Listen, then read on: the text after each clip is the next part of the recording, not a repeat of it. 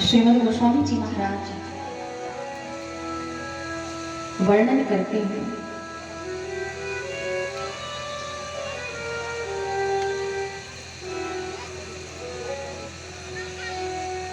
आज की कथा में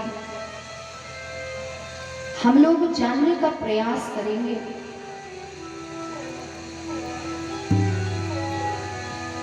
हम अपने ठाकुर जी की पूजा अर्चना, परमात्मा की पूजा अर्चना खूब करते हैं, व्रत करते हैं, उपवास करते हैं, लेकिन स्वयं विचार करिए कि हम भगवान की पूजा अर्चना क्यों करते हैं, किसके लिए करते हैं। वो व्रत, वो उपवास जो हम करते हैं वो किसके लिए करते हैं?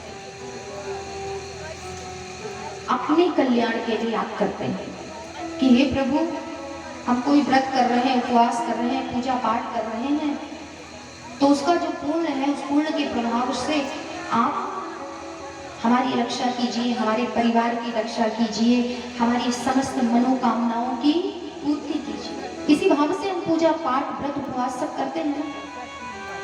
लेकिन कभी हमने ये विचार किया कि हम जिस परमात्मा की पूजा करते हैं, जिसके लिए हम व्रत करते हैं, उपवास करते हैं, हम भगवान से कुछ न कुछ मांगते हैं। हमारी पूजा निष्काम भाव की नहीं होती है। हम जो पूजा करते हैं वो सकाम भाव से करते हैं, कामना को लेकर के भगवान को याद करते हैं। कभी आपने विचार किया कि जिस परमात्मा से हम प्रतिदिन कुछ न कुछ मांगते हैं, वो परमात्मा भी तो हमसे कुछ मांगता होगा, वो परमात्मा भी तो हमसे कुछ चाहता होगा। ऐसा विचार मन में कभी आया? नहीं आया। आपने कभी विचार किया कि हमारे ठाकुर जी की भी तो कोई इच्छा होगी, वो तो संसार को देने वाले हैं, लेकिन हम उनको क्या दे रहे हैं? भगवान आपसे सोना चांदी नहीं मांगते, भगवान आपसे धन संपदा नहीं मांगते, भगवान आपसे 56 भोग नहीं मांगते। परमात्मा यदि मांगते हैं तो केवल अपने भक्तों का प्रेम मांगते हैं, भक्ति मांगते हैं। वो अनुराग परमात्मा को आप दे दीजिए। वो प्रेम जो हम संसार को देते हैं, वो प्रेम हम परमात्मा से यदि करने लगे तो हमारे ठाकुर जी भी प्रसन्न हो जाएंगे, आनंदित हो जाएंगे। इस भाव से यदि हम भगवान की पूजा अर्चना करेंगे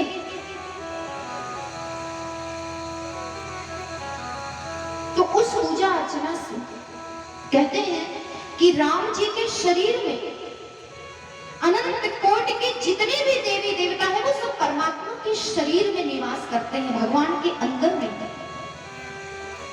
उन्हीं के शरीर से समस्त देवता प्रकट हुए हैं। एक राम जी की यदि हम पूजा करते हैं, उनका ध्यान करते हैं, तो हमें समस्त देवताओं की कृपा प्राप्त हो जाती है। हमें अनेक जगह मन लगाने की कोई आवश्यकता ही नहीं है।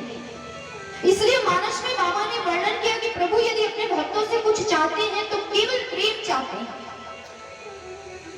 केवल भक्ति भाव अनुराग के भूखे हैं प्रभु। जो प्रेम हम संसार से करते हैं, परमात्मा से नहीं करते, उसी प्रेम के विषय में गोस्वामी जी ने मानस में चर्चा की। बाबा का कहना है, राम ही प्रेम प्यारा, राम ही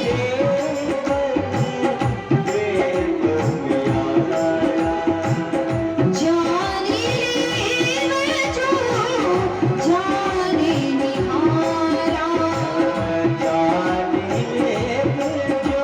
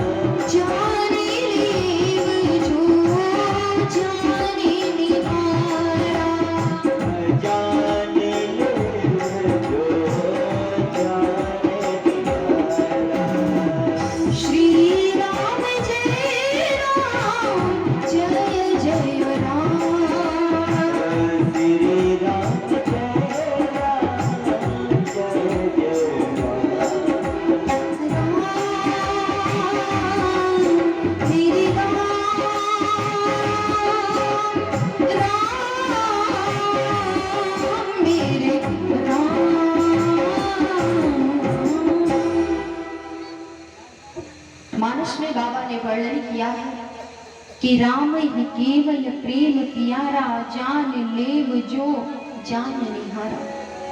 परमात्मा को केवल अपने भक्तों से यदि कुछ चाहिए तो केवल प्रेम चाहिए, केवल भक्ति चाहिए, वो भाव चाहिए, वो मन चाहिए, वो हृदय परमात्मा को चाहिए, और परमात्मा आपसे कुछ नहीं चाहिए।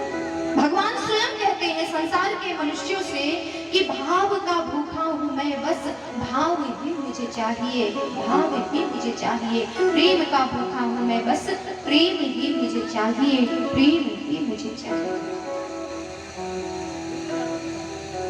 लेकिन ये प्रेम आपके हृदय में जागृत कैसे होगा? ये अनुराग आपके हृदय में जागृत कैसे होगा? जब आपका मन निर्मल होगा। और मन निर्मल कैसे होगा? कहते हैं कि मिलहि न रघुपति बिनु अनुरागा, मिलहि न रघुपति किए कोटि जप योग विरागा, किए कोटि जप योग विरागा, मिलहि न रघुपति बिनु अनुरागा, मिलहि न रघुपति किए कोटि जप योग विरागा, किए कोटि जप योग विरागा।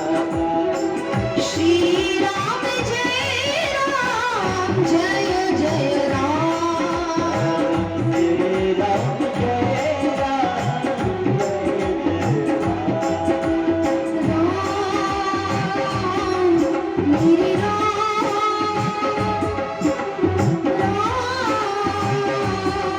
मेरे राम।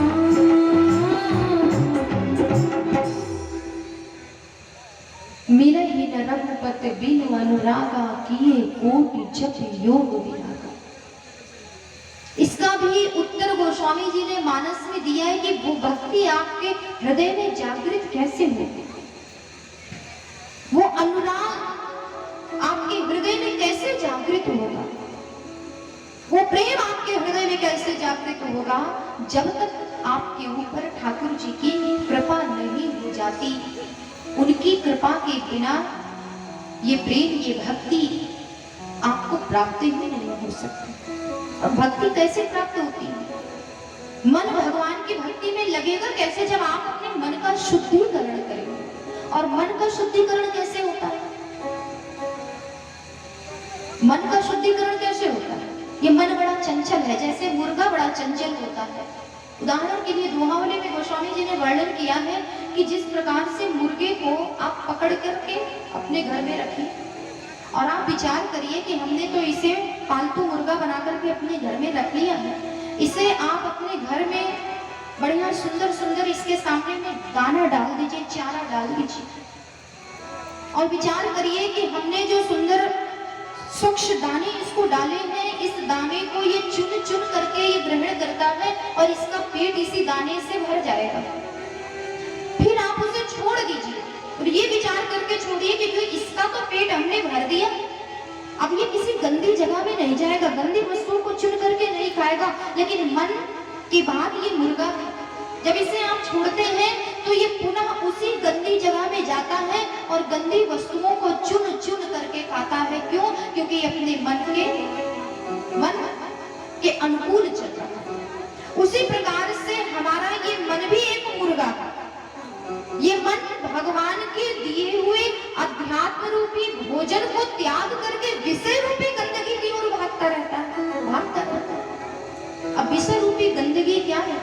सांसारिक मोह माया, संसार में हमारा मन लगना, संसार में रह करके अनेक प्रकार के भोग विलासों में हम लिप्त रहते हैं, यही तो विषय रूपी गंदगी।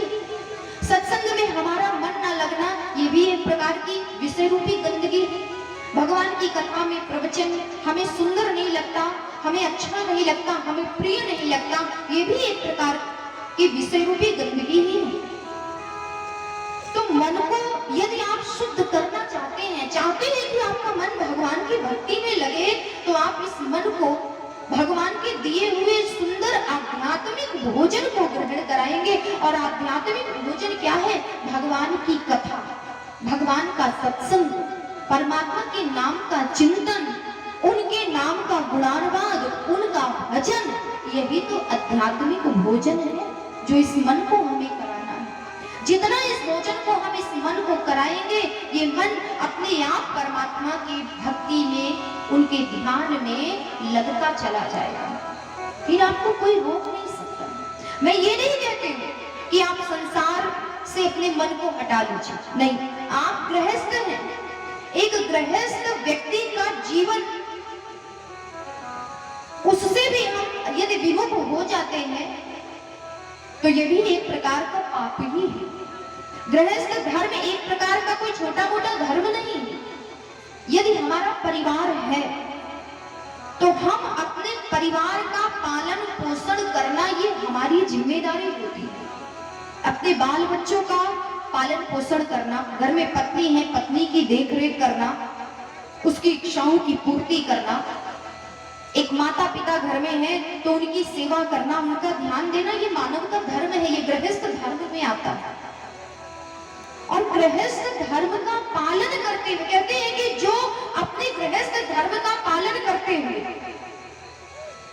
अपने परिवार का भरण पोषण करते हुए, जो पुरुष एक पत्नी प्रथा धर्म का पालन करता, यानी अपनी पत्नी के अलावा किसी अन्य स्त्री को माता के समान देखता है, बेटी के समान देखता है, वो किसी ब्रह्मचर्य से कम नहीं है, वो भी ब्रह्मचर्य हो सकता है। और दूसरी बात, गृहस्थ धर्म सबसे बड़ा धर्म माना जाता है। कहते हैं गृहस्थ धर्म के विषय में कहा गया कि यदि हम समय से पूर्व ही अपनी गृहस्थी को छोड़ दें और गृहस्थी को छोड़ करके हम ये विचार करें कि हम भगवान का भजन करेंगे, अब हमें बाल बच्चों से, परिवार से कोई मतलब नहीं है, तो जाने अनजाने ये भी एक प्रकार का पाप होता है। उदाहरण के लिए आपने श्री भागवत कथा में वर्णन आता है, गजराज के विषय में आप सभी लोगों ने भागवत कथा जिसने भी सुनी होगी, वो गाज ग्रह का जो उद्धार भगवान ने किया है, वो गजराज कौन था? मैं निवेदन करूं कि गजराज से भी यही अपराध हुआ था। कब हुआ था? जब वो पूर्व जन्म में एक राजा था जिसका नाम था राजा कल्प द्रुम नाम का एक राजा था, बड़ा ही धार्मिक राजा था। लेकिन उससे एक अपराध हुआ। अपराध क्या हुआ कि राजा का धर्म होता है अपनी प्रजा का पालन करना, पत्नी की देखरेख करना, बाल बच्चों को देखना, ये राजा को कर्तव्य बनता है। लेकिन राजा से अपराध क्या हुआ कि राजा का मन परिवार में नहीं लगा। राजा अपने परिवार को छोड़ करके, प्रजा को छोड़ करके, महल को छोड़ करके वन में आ गए और वन में आकर के भगवान का वहीं पर भजन करने लगे, वहीं पर निवास करने लगे, वहीं भगवान का भजन करने लगे। सज्जनों, ऐसे ऐसे कई दिन व्यतीत हो गए।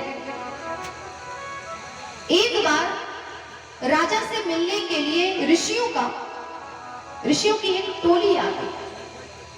राजा से मिलने के लिए ऋषि महात्मा उसी मार्ग से जा रहे थे। उन्होंने इन राजा को देखा, उनसे मिलने के लिए चले आए। लेकिन राजा तो नेत्र बंद करके भगवान के भजन में लीन थे। भगवान का भजन करें, उनको ज्ञात ही नहीं हुआ कि कोई ऋषि महात्मा हमारे पास हमसे मिलने के लिए आए हैं। नेत्र बंद होने के कारण उन्होंने ना तो ऋषि महात्माओं को देखा, ना उन पर कोई उनका ध्यान गया, और इस कारण उन्होंने किसी भी ऋषि महात्मा का, संतों का स्वागत सत्कार नहीं किया, आतिथ्य सत्कार नहीं किया।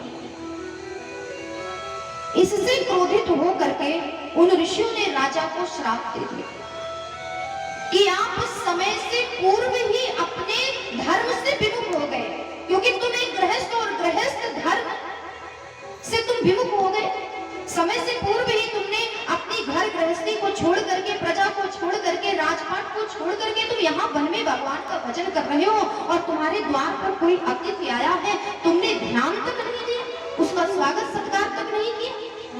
इसलिए तुमने जो अपराध किया है वो एक पशु अपराध है। एक पशु के पास में जैसे बुद्धि नहीं होती, बुद्धि की कमी होती है, ठीक उसी प्रकार से तुमने अपराध किया है। इसलिए श्राप दिया कि तुम्हारा जन्म जो है वो एक पशु की योनि में अर्थात हाथी की योनि तुम्हें प्राप्त हो जाए। प्रेम से बोलिए श्री सीताराम नाम महाराज जी की।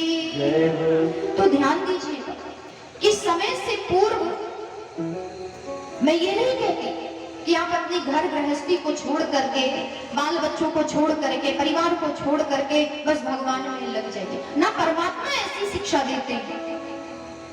आपका धर्म क्या है?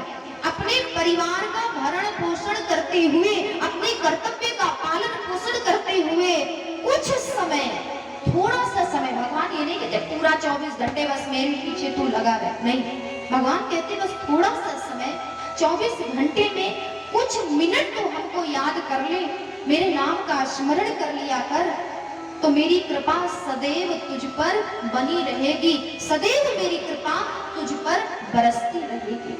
लेकिन आज विडंबना ये है कि हमारा मन परमात्मा में नहीं लगता।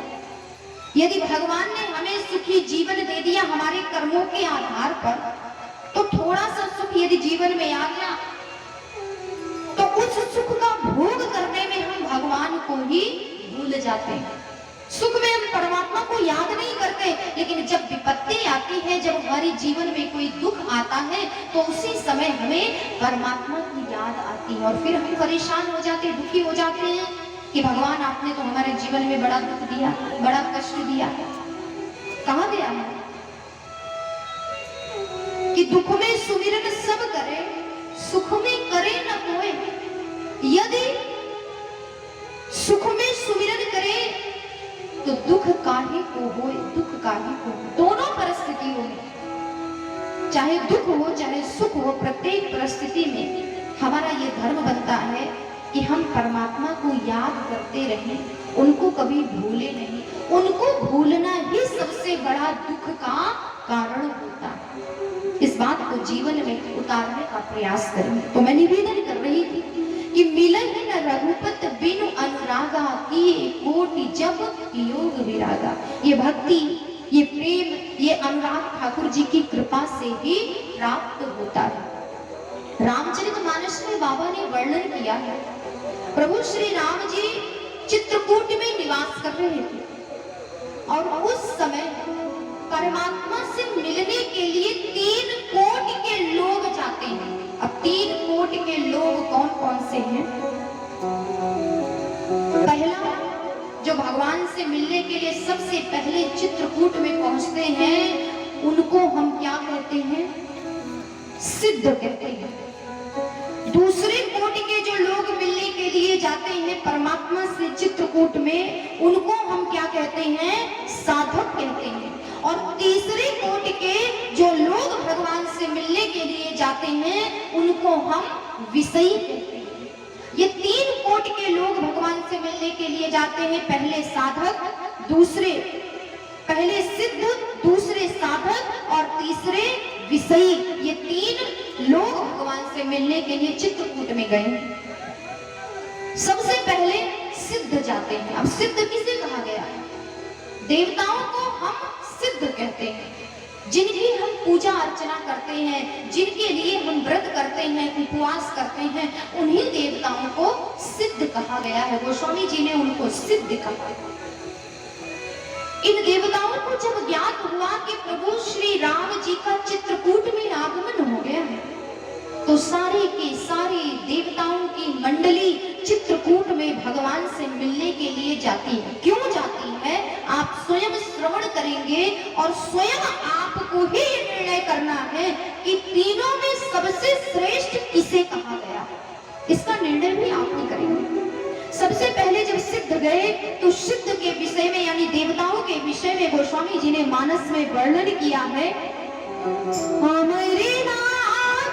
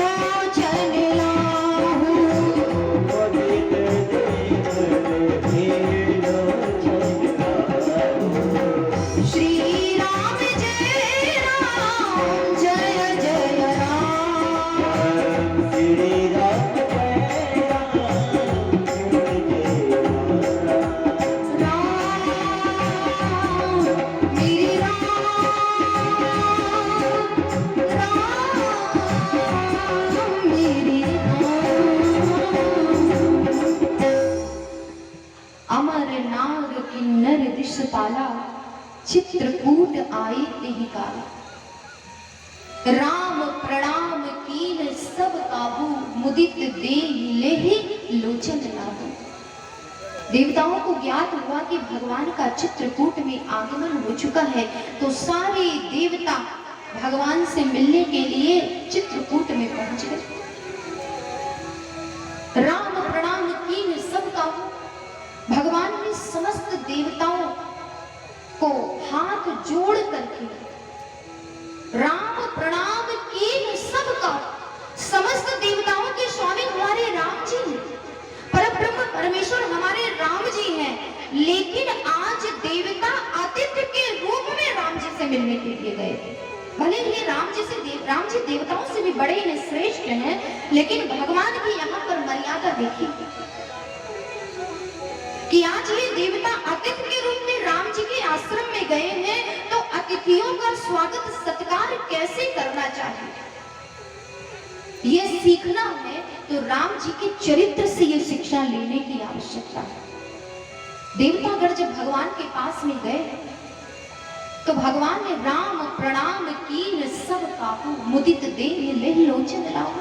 भगवान ने समस्त देवताओं को हाथ जोड़ करके प्रणाम किया और समस्त देवताओं से उनकी कुशलता का समाचार पूछते हैं कि हे देवतागण, आप सभी लोग कुशल मंगल से तो हैं।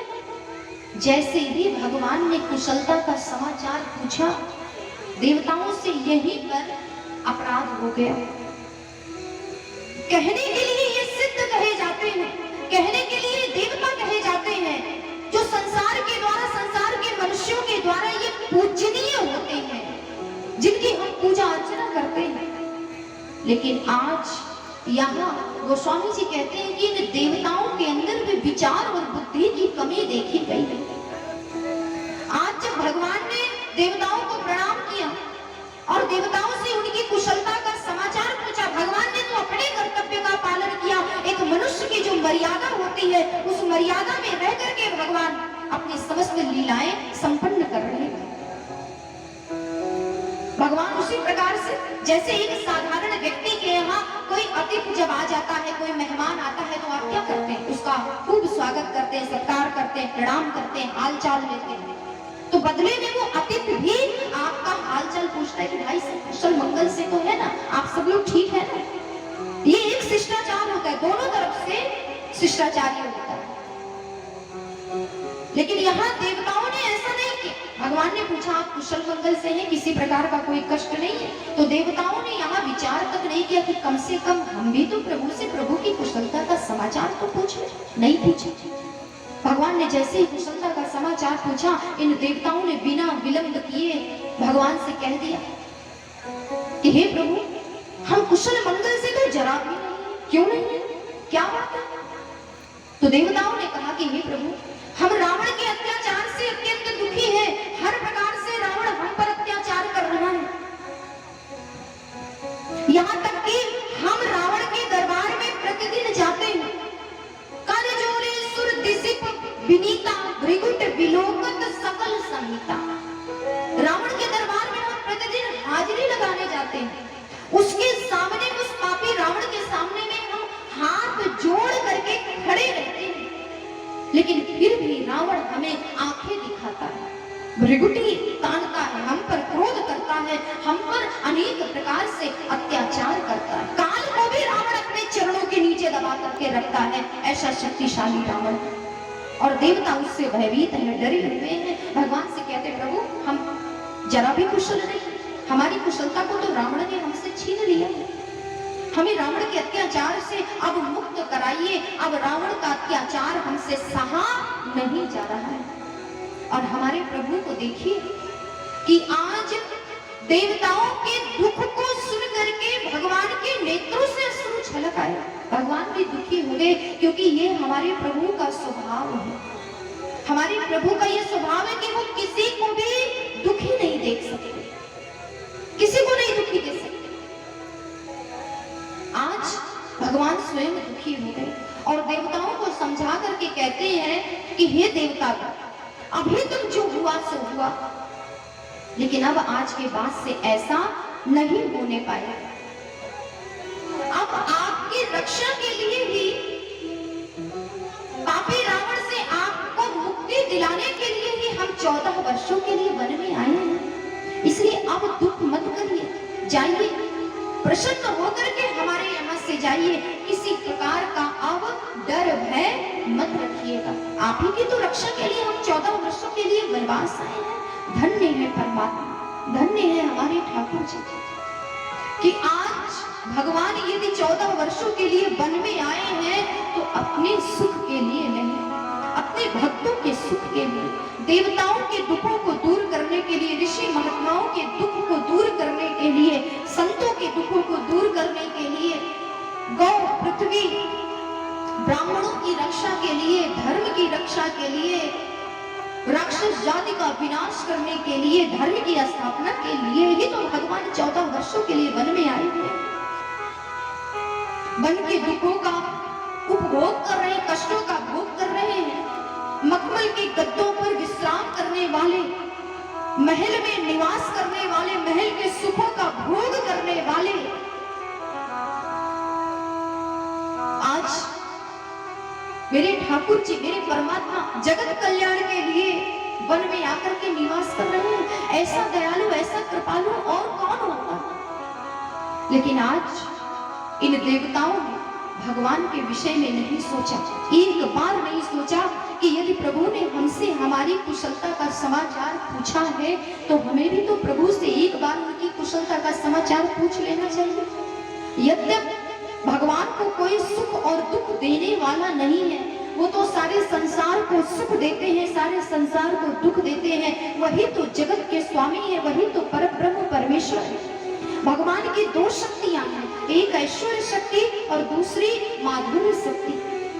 यदि ऐश्वर्य शक्ति में देखिए तो सारा संसार उनके इशारों पर नाचता है, सारे संसार के वो मालिक हैं, दुख सुख वही सबको देने वाले हैं।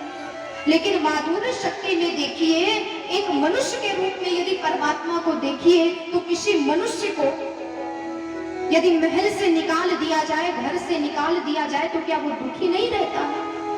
यदि किसी मनुष्य को माता पिता से, किसी पुत्र को अपने माता पिता से दूर होना पड़ जाए तो क्या वो दुखी नहीं रहता?